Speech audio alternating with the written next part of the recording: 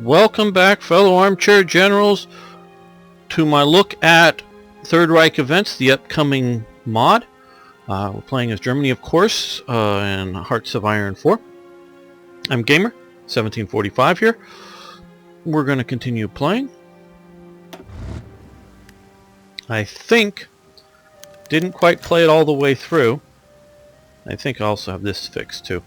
I think, and we'll see if we get there in this episode, I'm not sure, the new resolution for the Sudetenland. So Conrad Henlein is meeting with Hitler in Berlin, which is giving, to have a head of state meet with a member of a rebellious party in another country is a very significant act, especially very such publicly going on. And I think I've got, and these are just were a few sort of delayed. They have the standard setup for Hearts of Iron 4 is to check on events every 20 days, and I just learned that shortly before making this episode. So it's another thing that unfortunately I've had to mod. I went in and I've done it to check every day. It can be done every day. The note that Paradox put there is this can be CPU intensive. So I'm going to have my playtesters report to see if on their systems it ends up being too slow or something. And now this may not be a big problem now that we're mostly at peace compared to once the war starts, but it could be modified to check every 4 or 5 days or something, but 20 is just way too long. Okay, and there is some negotiation between Hosda and Conrad Henlein. This is all building up agitation and establishing the grounds. In the old version, you paid for some of these status, but we just have the ongoing -6%. And just like the Nazis in Germany, the Nazis in the Sudetenland throw sort of big mass rallies. They're not, of course, as big as like the Nuremberg annual rally in Germany, but they are as big or bigger than many of the, shall we say, local Gau. A Gau is basically, well, this is a Gau, basically, sort of a state within the system. Might be throwing much smaller and then other local things. So this, don't think that this is a small event considering it's happening. Carlsbad, which is here, you can see. And at this event, there's an inside shot of the audience. There's the stage. This is now, remember, after the negotiation or support from Hitler, negotiations with Hosda. I'm sure I'm butchering that. Sorry, Czechs. Conrad Henlein at this announces sort of 8 requirements for the Sudeten party. Now, to one degree or another, these were designed, I would say, to be unacceptable. They don't want a resolution to this problem. They want this problem to continue being a problem. So, however, whenever you, and if you ever were to get in and read the details of this period, and I guess I'll go a little bit into modern comparison mode here, and I know a few of the viewers have mentioned, you can't reason, and they quoted somebody, I'm sorry, I forget, you can't reason with an unreasonable person. Well, you can have all the negotiations you want, and in the modern sense is just figure out what do these Islamic extremists want and what can we do to have peace with them. And they could, come back, we need to cut your head off, sir. And then you could go, okay, well, we'll cut off all the Christians' heads and then we'll have peace. Are they being unreasonable? Well, in my vision, yes, because I don't want to give up my head. But if you believe that God commands you to do this, you're not being unreasonable. Well, the Sudeten leadership, now this may be a bit different than the general population, but the leadership doesn't want protection for minority rights, doesn't want protection for their minority rights, specifically in Czechoslovakia. They want to cause a problem in which will, at a minimum, get the Sudetenland part of Germany more really it is to cause a problem that will start a war and justify a war, and a limited war between Germany and Czechoslovakia. That's what Hitler's goal, and I'm sure to some degree or another he spelt this out to Konrad Henlein, that he wanted this war, but he wanted a war that was more apparently an intervention, shall we say. We're just intervening to protect German minority rights, so we had to do this so France don't invade us, England don't come and bomb us. We're just doing this because we have to. So you can have all the negotiations in the world, and obviously if Konrad Henlein refused to have negotiations, then he would look like the unreasonable person and the person causing the problem. He wanted to look like he wanted to look the victim. So that's the situation. So he sets up these 8 requirements. So it really doesn't in detail matter what those requirements are, because they're just, in fact, unacceptable. I don't know what Czechoslovakia is doing here. Well, I know it's reordering its border facilities, but not exactly sure why.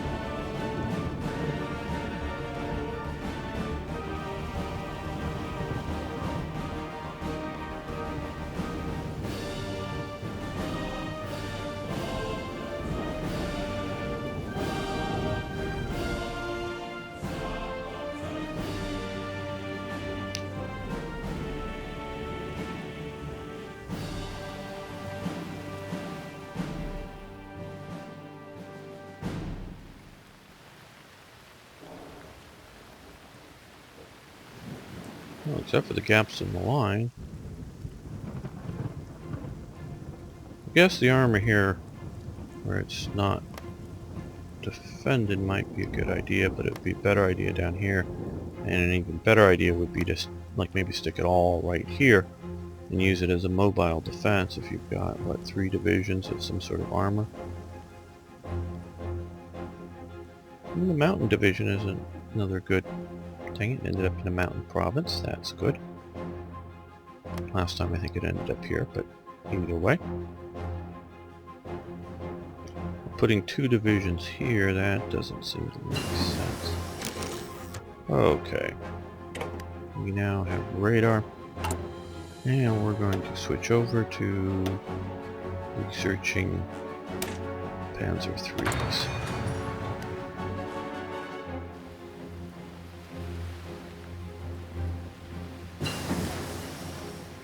And we got conflict interdiction, and we're going to switch that over to 1838 improved infantry equipment.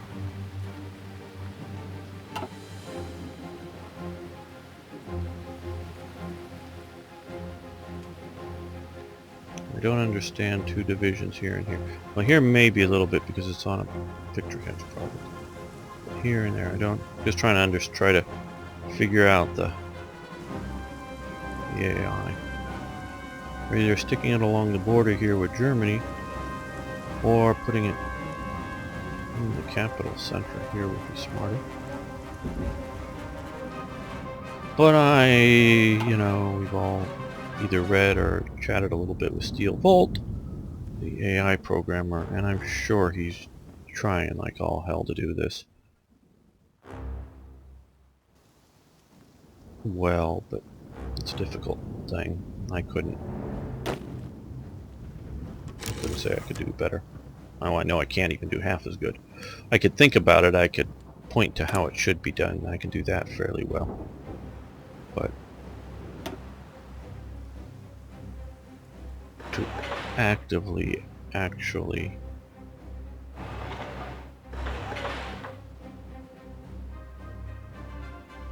now we have,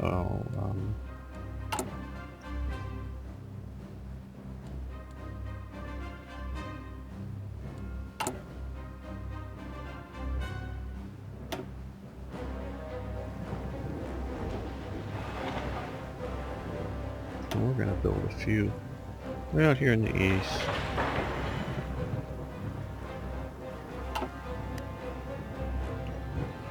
Synthetic plants.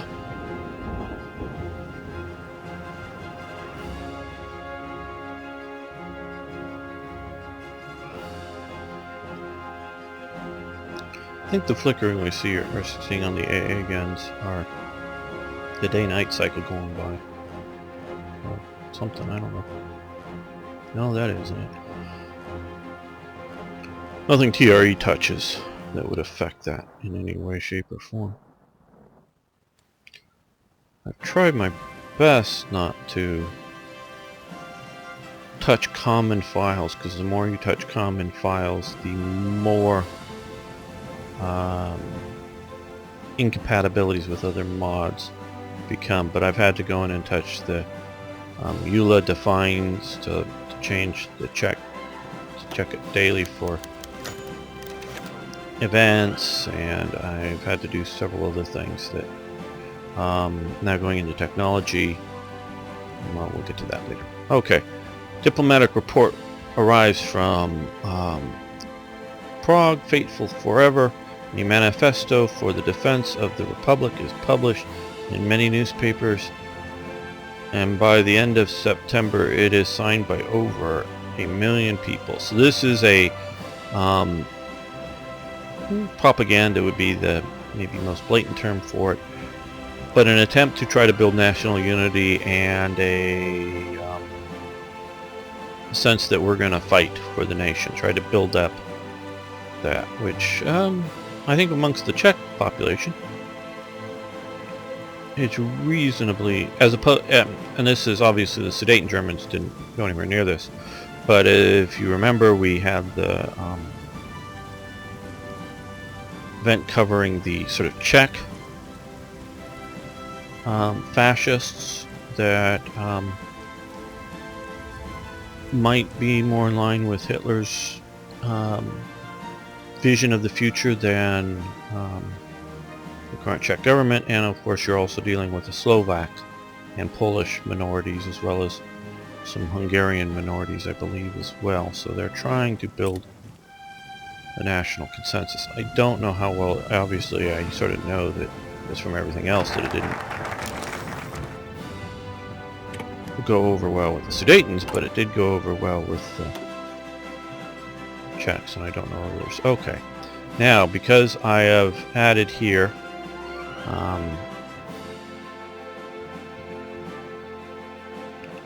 the need to have the Nuremberg speech event fire, we can't rush this earlier. The original game, it was set up so that the Anschluss would fire, and then you had to get down your national unity, and or your descent level, and they stuck an extra 5 or more descent level for getting Austria, so it really sort of slowed down unless you shifted a lot of priorities around getting that descent down. So that helped delay it. Now the only delay is a bigger army, and if you've already met the army size, which is quite reasonably to do, you can go Anschluss and then here, and it's just pushing it a little too fast. So we've done that to slow it up. So since we have the time, we're going to go with Naval improvements. Get that going. Get a few more factories, shipyards, whatever, producing. Okay, another diplomatic report. Yeah, now these are firing one at a time. This is great. Our diplomatic service reports that Czechoslovakia, after having reached or received reports of some of our preparations for Falgrun, have begun a partial mobilization, 1-year reservists and members of the technical and specialist units.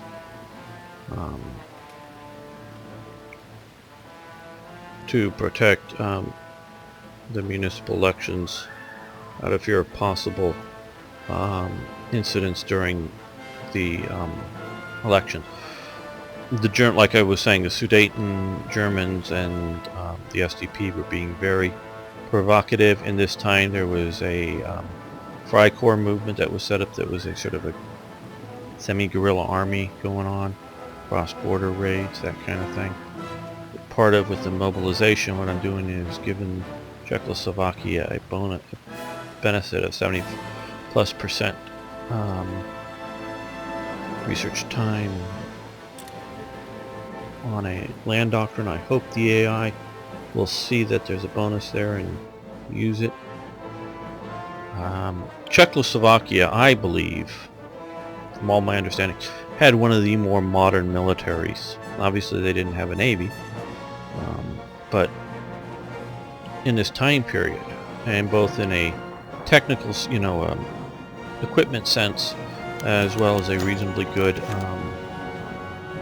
doctrinal sense, and I think better than the Poles, better than like the Dutch and the Danes. I really think it was because they saw the threat, and they also saw, Denmark knew it wasn't going to stop Germany. It could build an army. It had an army. It maybe tried to make it somewhat defensible, but it wasn't going to stop Germany. Czechoslovakia was really trying, so I'm giving them some bonuses that are greater than the small power, a non-major would have to, I think, make it closer to what it was historically. Okay, the Lines program, West Wall, begins. So this is part of our defense of the French border, and so also with TRE. Remember, there is currently still no border defense with France, and there wasn't at this time in roughly May of this period until this happens, and now we have some level of border forts. They were still building more, so with TRE, and we will be seeing the possibility, there is definitely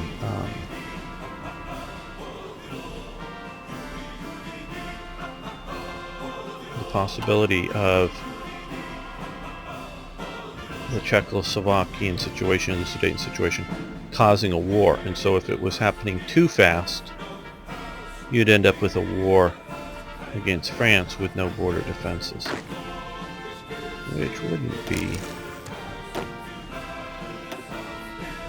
the best thing, I would say. Just attaching divisions to their command. Having a little debate on paradox form that I've decided to enter into a bit. And it's about the future of, or what people think the future of Hearts of Iron 4 should be, and the direction of the game. And of course Paradox is going to do what Paradox is going to do, but of course we're their customers, so we should have a voice. We should say that this is what we want to have happen. And of course you, whether you listeners or players or whatever, can disagree with me or whatnot,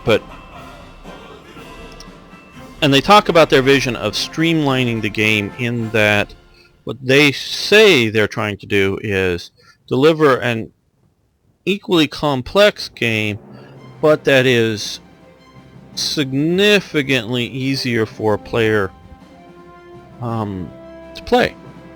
meaning less little clicks, less easier to find where to go, less micromanagement to do it, but still have as rich of a game. Well, my count is there are 19 provinces for the Netherlands here. If my count is correct, for Hearts of Iron 3, it was 38 provinces. Okay. Now, to me that's just dumbing it down. It isn't making it more streamlined. It's purely dumbing it down. I've heard that there's some technical reasons that the ability to add some more provinces out here, the more provinces you add to the game, the more it stresses the engine for the AI to manage it all and all that.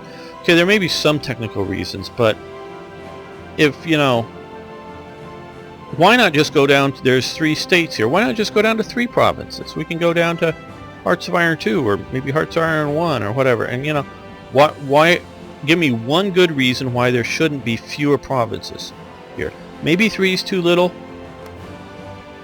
Maybe it should be 6 provinces. You know, I'd love for you to give me one good reason, just one, why it wouldn't be better to go down to fewer provinces than here. That wouldn't also be the same reason not to go from 38 to 19. So now, do we want 200 provinces for the Netherlands? No, that's going too far. Right? You can always take something to an extreme that's too far. So this is just a simple, blatant situation of where they've dumbed the game down. There may be a few reasons for it. Maybe the AI can't handle it. Maybe they're, you know, but still, they're dumbing it down and not giving us as good of an experience as a player, in my opinion. So, you know, do we continue to simplify the game, to dumb it down, or do we want to have a rich game? And if you're at all concerned about it, it would be good for you to pleasantly post on the guys at Paradox are great guys. Don't get too upset with them. They either have their vision or they have their technical concerns or their limitations of, hey, we only have, you know, 4 people working on Hearts of Iron going forward, and we're going to do as much as we can, and we want to do all this stuff, but we can only do so much each day. Those are reasonable statements, so don't get upset with them, but let them know that either you like fewer provinces here in the Netherlands, if that's what you like, because I know a few viewers are old Hearts of Iron 2 players of the channel. You like it, let them know that if that's what you like, or hey, you think you're being shortchanged by this simplification, whether on provinces or other aspects of the game. In my opinion, let's just click here. Air zones, northern France. That's a freaking air zone. Now, should an air zone be 1 province? No, not suggesting that either. But really, we have northern and we have southern France. We have Benelux. I would have an air zone of the Netherlands. I'd have an air zone of Belgium. I would have, probably 6 air zones or something for France, you know. Center north, center south, you know, I don't know. Divide them up reasonably or something like that. I like the idea of air zones and that type of thing. The English channel, that looks about right. This is blown up bigger just so you can have a province or a sea province in the center that doesn't touch either one and is applicable size. That's part of their requirement, and I get that. And again, if we have a requirement like that of want to be able to click into this province for some reason, click a ship there or see a ship there, I get that, why they expanded the apparent width of the channel. That makes sense to me, but some of the other stuff doesn't. So let your voices be heard, whether you agree with me or not. I know I don't have all the right answers. I definitely know what I like, but that doesn't mean it's always the right answer. Okay, well,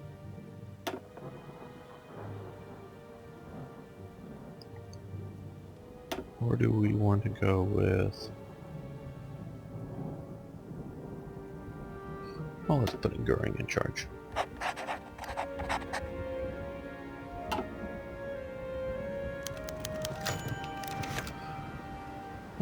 Daimoen, that's the name of the magazine. The Seagull, in English, is a periodical about Zopat.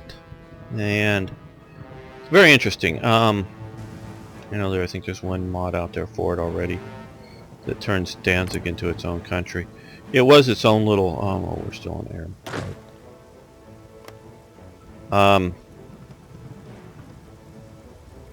Just Danzig up here was its own little international zone. They made this port up here in Gdansk. No, yeah. No, Gdynia. Sorry, Gdynia. Yeah. To have for a Polish military base, naval base, to have that there, which is not showing up right. And then they had their main commercial one here, and they used that. And so, but that was international territory, and it was heavily German, not just German as in German-speaking people there, but basically the German ethnic minority here ran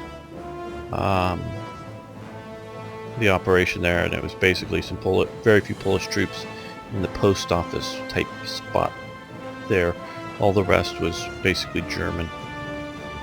There was a large SS detachment there as well as a SA units that were local. Okay, yes, nice idea. And right up here there was a small area, that set up here in Zapot to be sort of a but you can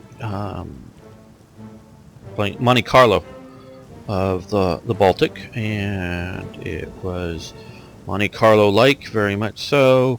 You can see the night vision that's sort of looking at over some little lake or pond that has a reflection. But you can see the casino with big Nazi flags, almost like you're in Germany.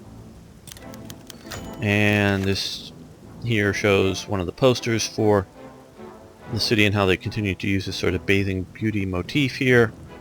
And the symbol for the town is a seagull. That's why they named the magazine the Seagull. And it shows all the different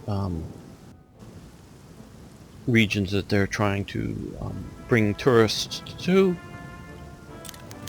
And it is a bit of a National Socialist playground. There's Goebbels at it, and I find it interesting because these are all photos from that magazine. The German flag, the Nazi flag, I get. The what is it? Hard to read. It's like the DDAC, Deutsches something Automobile Club. It's sort of part of not part of the NSKK, but it's sort of like it's sort of confusing how they sort of do the motor, but sort of like the Motor Travel Bureau kind of thing as well. Tourist, whatever flag that I get, but the other flag is an American flag, and that just sort of I find sort of odd because this is publication in June '38, so it's not during the time of the Olympics, unless that's an older photo that they used from earlier. But how many Americans are you going to get staying here? That just seems sort of odd to me. Where an English flag or a Swedish flag or some other sort of, welcoming international tourists flag, I get that. And I get not having the Polish one because they saw themselves German, but I don't really fully get why there's an American one. And it was also a bit of a health spa, covering a woman in some sort of mud or something. And then they seem to like, well, I guess we do Zumba and other aerobics in groups. That's early aerobics. Synchronized movement, though. I also think that there's more to it than just aerobics doing it together. I think it's a synchronized movement element that the Nazis very much, and as well as a lot of dictatorships to this very day you see in China or whatever, the parades, synchronized movement of people not all doing the same thing at the same time. I think that's psychologically important to some of their viewpoint. I really do. But it's also a health activity, most assuredly. And it's also a beach resort, obviously, during the summer. But that's what it was like. Some photos from 1938 in Zapata. Try to show what it. Part of the goals with the mod is to show what it was like to be alive then. What was the world going on in 1938? Okay, so got this. One thing I think we're gonna do here next is let's do paratroopers. Get that going.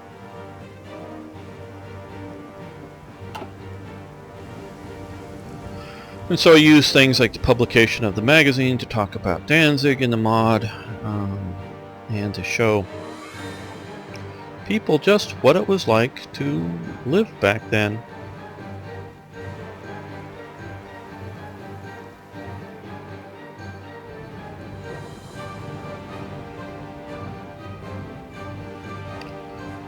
Okay, let's see, we're going to...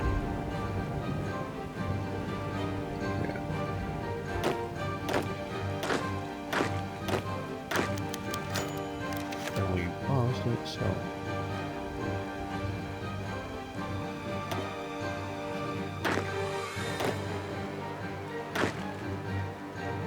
Let's form another...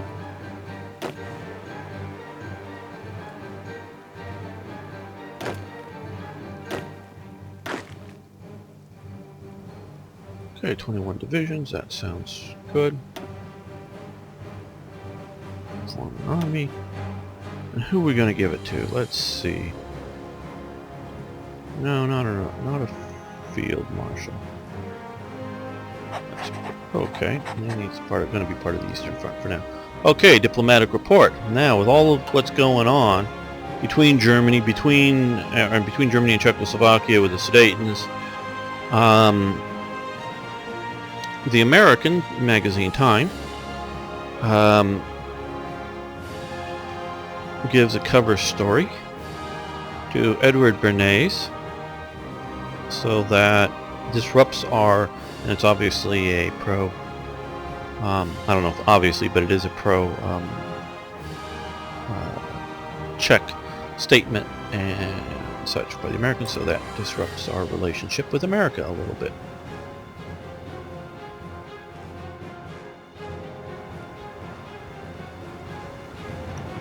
At least that's how I'm working with some of these, thinking with some of these events here.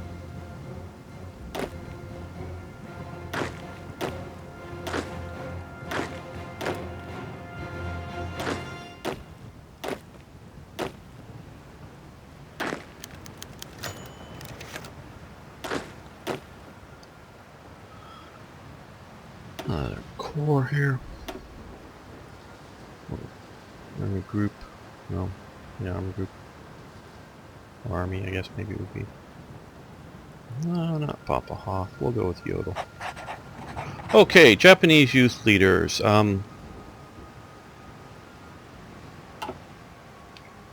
This was a group of, I don't know, do we have the number here? Or have it? I don't know, 20 or so. Sort of equivalent to the Hitler Youth movement in Japan. Sends these as, older boys, but as youth representatives to Germany. And does it say here? I know I wrote this, but it's been a while. How long we were here? It traveled around for a fair while, and were rather well received and everything, and you can see them pictured here with Germans. Now, I do believe the uniforms that they wore, I don't think the Japanese in Japan wore these uniforms. I'm not 100% sure on that, but my research, I don't see pictures. And now know we have a few, and I will be digging into the Japanese events once I move and make the mod, the Rising Sun events, the Battle for the Pacific. It's the title for it.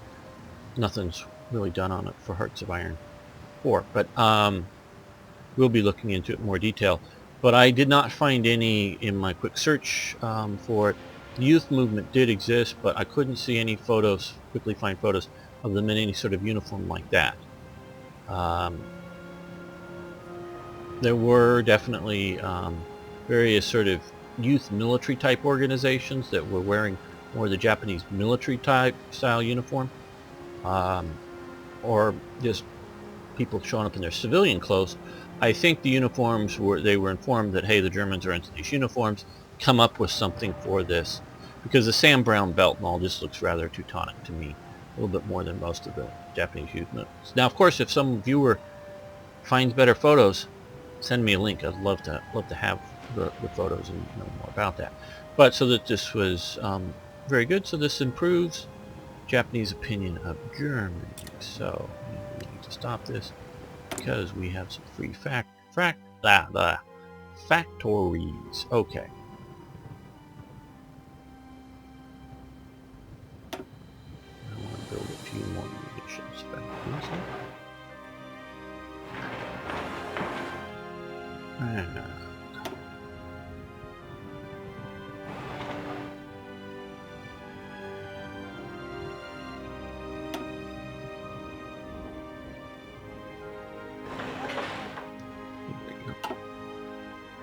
Keep that going. How are we doing? Well, still a bit behind on motorization.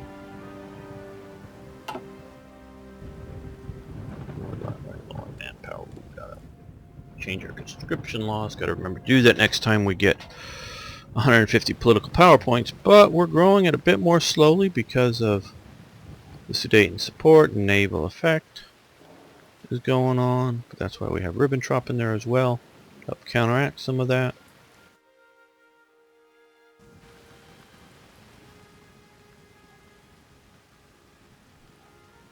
And we also have various events taking up some of the political power, including that last Japanese youth movement showing up.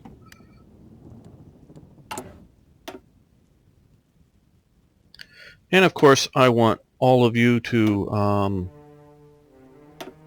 comment on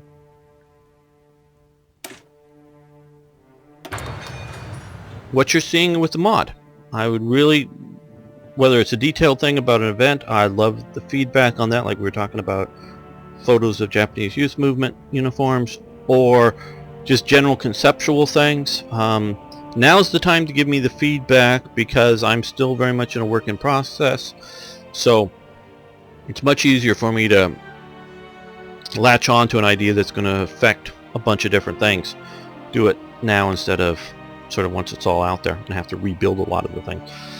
So thanks for watching. Thanks for liking the videos here on Steam, everywhere else. Thanks for letting everybody know that you can possibly think that they should watch the channel. I appreciate that. And of course, see you next time for more Hearts of Iron. Thanks so much. We're going to continue this.